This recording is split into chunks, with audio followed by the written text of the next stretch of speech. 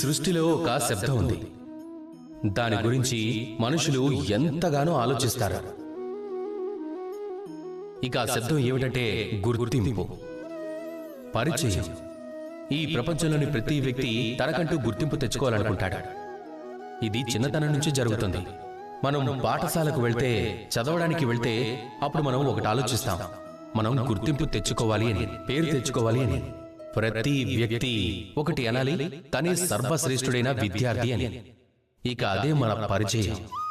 పనిచేసే చోట కూడా మనం అందుకే ప్రయత్నిస్తూ ఉంటాం, కష్టపడుతూ ఉంటాం. ముందుకు వెళ్ళిన తర్వాత మనకి ఆ గుర్తింపు దొరుకుతుంది. గుర్తింపుతో పాటు విజయం సాధిస్తాం. అలాగే విజయంతో పాటు గుర్తింపు వస్తుంది. ఎప్పుడైతే ఇవి రెండూ కలుస్తాయో అప్పుడు మనుషులు ఓడిపోవాలంటే భయపడతారు. వాళ్ళేమనుకుంటారు అంటే, ఒకవేళ నేను ఓడిపోయాను అంటే నా గుర్తింపు పరిస్థితి ఏమవుతుంది అని, నా పేరు ఏమైపోతుంది, నేను సాధించినవన్నీ అవన్నీ ఏమైపోతాయి అని వాళ్ళు భయపడుతూ ఉంటారు. ఇక ఆ భయం కారణంగానే వారి వికాసం ఎక్కడో ఒక చోట ఆగిపోతుంది.